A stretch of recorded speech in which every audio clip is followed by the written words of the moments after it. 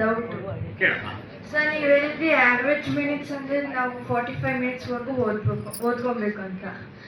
ಅದೇ ನೀವು ಹೇಳಿದ ಮೀನ್ಸ್ ನಾವು ಎಕ್ಸಾಮ್ ಟೈಮ್ದಲ್ಲಿ, ಟೆಸ್ಟ್ ಟೈಮ್ದಲ್ಲಿ, ಯು ಟಿ ಟೈಮ್ದಲ್ಲಿ ಎಷ್ಟು ಮಿನಿಟ್ಸ್ ಥರ ಓದ್ಕೊಬೇಕು ಎಲ್ಲ ಚಾಪ್ಟರಲ್ಲಿ?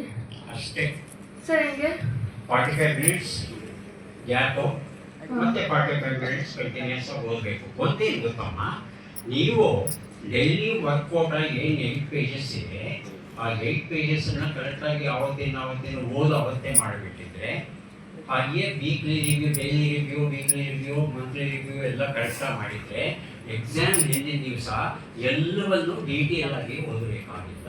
ಜಸ್ಟ್ ಗ್ಲ್ಯಾನ್ಸ್ ಮಾಡಿದ್ರೆ ಸಾಕು. ಎಕ್ಸಾಮ್ ದಿವಸ ಬೆಳಗ್ಗೆ ಹೇಗೆ ಹೋಗಬೇಕು ಅನ್ನೋದೇ ಜಸ್ಟ್ ಗ್ಲ್ಯಾನ್ಸ್ ಮಾಡ್ಕೊಂಡು ಹೋದರೆ ಸಾಕು. You need not read everything and beginning to the end. ಬೇಕಾಗುತ್ತೆ ಅಲ್ಲಿ ಫುಲ್ಲು ಓದಕ್ಕೆ ಹೋಗಬೇಡಿ, ಜಸ್ಟ್ ಗ್ಲ್ಯಾನ್ಸ್ ಮಾತ್ರ. ನಿಮ್ಮ ಚಾಪ್ಟರ್ ವೈಸ್ ಕ್ವಶನ್ ಬ್ಯಾಂಕಲ್ಲಿ ನ್ಯೂ ಟೈಪ್ ಪೇಪರ್ಸ್ಗಳೆಲ್ಲ ಬರ್ಕೊಂಡಿರ್ತೀರಲ್ವಾ, ಕ್ವಶನ್ಸ್ ಎಲ್ಲ ಅದೇ ಒಂದು ಸಪ್ರೇಟ್ ಇದಾಗಿರುತ್ತೆ. ಎಲ್ಲ ನೋಡ್ತಾ ಹೋಗಿ ಒಂದ್ಸಲ.